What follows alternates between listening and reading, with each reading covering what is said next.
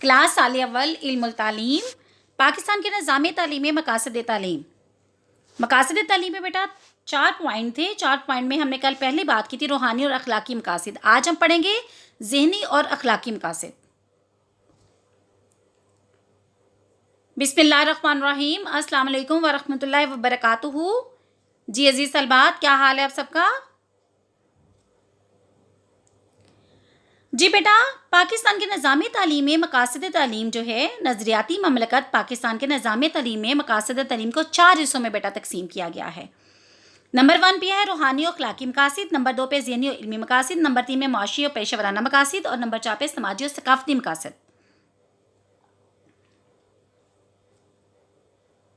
जी ये 4 हैं जो मैंने अभी बोले हैं पाकिस्तान के निज़ाम तालीम मकासद तालीम। इसमें बेटा आज हम जो है नंबर 1 पे हमने कल पढ़ा था रूहानी और अखलाकी मकासद। आज हम पढ़ेंगे नंबर 2 पे ज़हनी और इल्मी मकासद।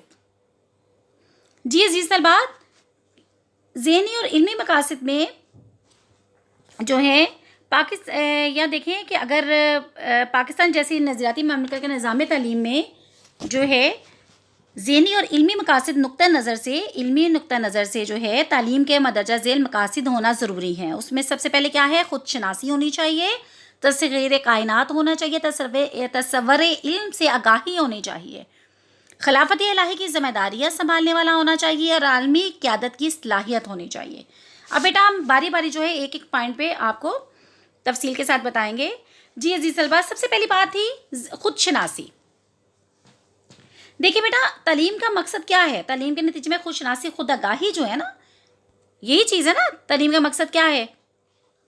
खुदशनासी। ये तालीम का मकसद क्या है कि तालीम के नतीजे में खुदशनासी, खुद आगाही और मार्फत नफ्स के ज़रिए इंसान न सिर्फ अपनी सलाहियतों को पहचान कर इन्हें इस्तेमाल में ला सकता है, बल्कि इन्हें नशमा देकर आला मरातब तक भी पहुँच सकता है।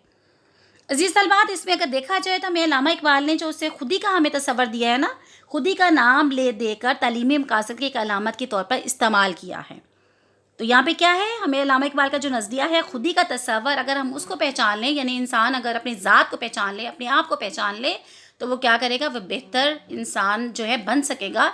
और इस तरह अगर जो है खुदी के तसव्वुर को ज़हन में रखते हुए हमें तालीमी मकासद का ख्याल रखेंगे तो हम सही तौर पर इंसान की तालिब इल्म की जो है तामीर व तश्कील में सही किरदार अदा कर सकेंगे। जी अजीज़ तलबात, उसके बाद है तस्ख़ीर कायनात।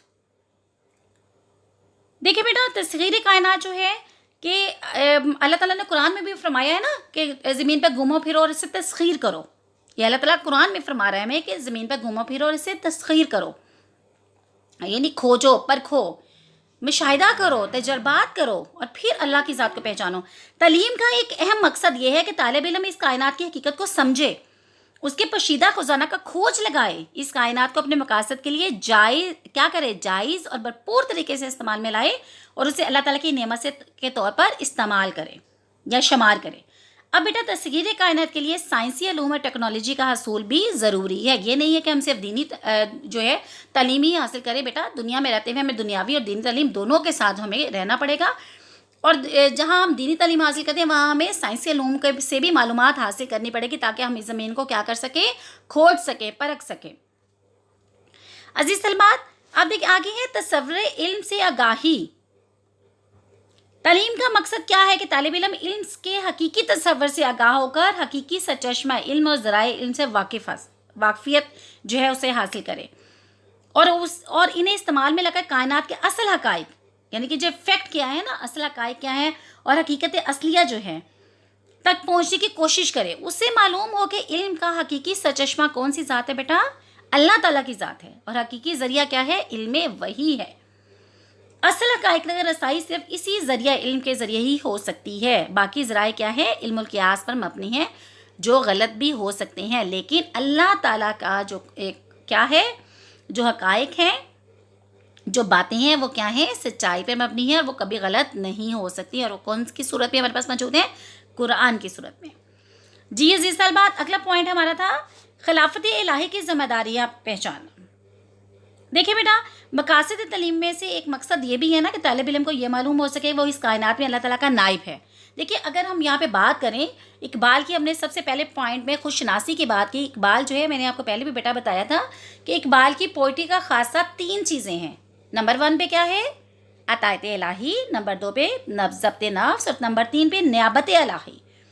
دیکھو نا، نیابت الہی کا مطلب ہے اللہ کا خلیفہ، اللہ کا نائب. اب یہاں پہ جو ہم نے کہا خلافت الہی کی ذمہ داریاں پہچاننا، تو یہاں پہ وہ کیا کہہ رہے ہیں کہ اللہ تعالیٰ نے انسان کو کیا بنایا؟ اپنا نائب بنایا اس زمین پر. اور وہ باقی تمام مخلوقات سے افضل اس نے کیا بنا دیا؟ اشرف المخلوقات بنایا. لہٰذا کیا ہے، نائب الہی کے تقاضوں کو سمجھ کر اس کائنات میں اپنے فرائض کی ادائیگی کرے، تاکہ یہ کائنات پوری انسانیت کے لیے کیا بن جائے بیٹا؟ امن و سلامتی کا گہوارہ بن جائے. آپ دیکھیں اب وہ یہ کہہ رہے ہیں کہ قیادت عالم کی صلاحیت پیدا کرنا. جی عزیز طلبات، اب یہاں پہ وہ بتا رہے ہیں کہ تعلیم کے ذریعے کیا ہوتا ہے؟ افراد معاشرہ کو عالمی قیادت کے منصب کے لیے اہل بنانا ہوتا ہے، اور زندگی کے تمام شعبوں میں اس طرح آگے بڑھانا ہے کہ وہ عالمی قیادت کے منصب کے لیے اپنے آپ کو آمادہ کر سکے. دنیا کی قیادت علم و ہنر کے مرہون منت ہے بیٹا. نظام تعلیم کے ذریعے اعلیٰ قائدانہ صلاحیتوں کے حامل افراد کی تیاری تعلیم کا اہم مقصد ہونا چاہیے. دیکھیں دنیا میں جتنے بھی بڑے بڑے آپ کو جو ہے اسلاف میں نظر آتے ہیں، چاہے وہ سائنسی شعبے میں ہیں، کسی بھی شعبے سے تعلق رکھنے والے ہیں، وہ کیا ہیں؟ یہی چیز ہے نا کہ ان کو کیا ہے، ان کو اعلیٰ منصب کے لیے اہل کیا چیز بنا رہی ہے؟ تعلیم ہی بنا رہی ہے.